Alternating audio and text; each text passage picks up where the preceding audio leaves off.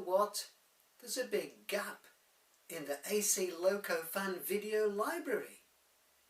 I've done loads of videos about various types of locomotive, the best of.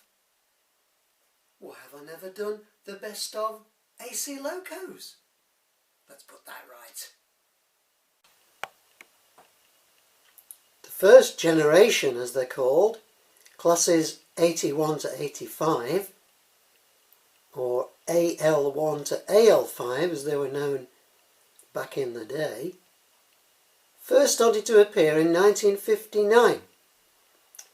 The classes more or less all appeared at the same time because the 5 different classes were being manufactured in 5 different places, 5 different manufacturers.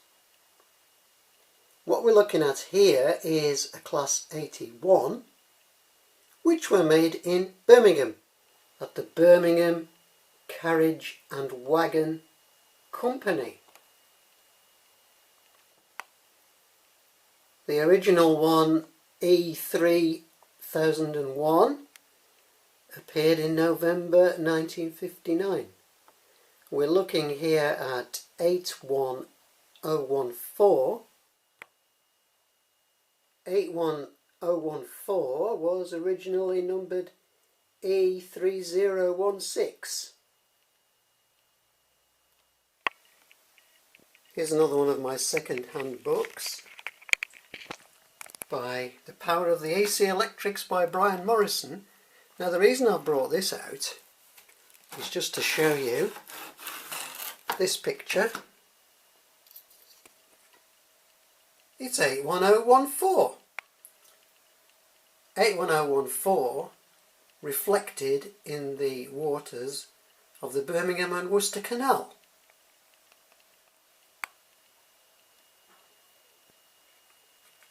Moving on,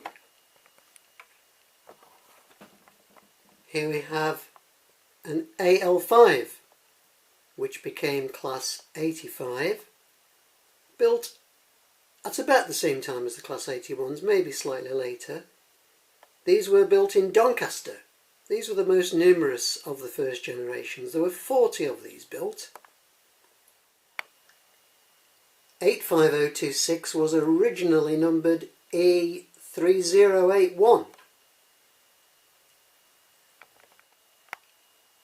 Moving on to the second generation.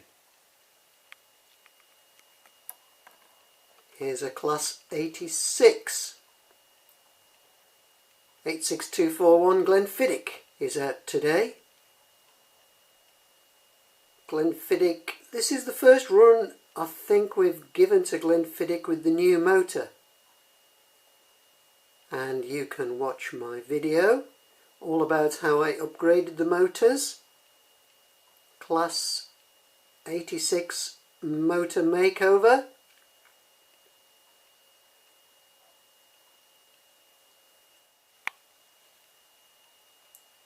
And Class 87. Today represented by 87001 Royal Scot. This model is R2772 Britannia, given a bit of a makeover.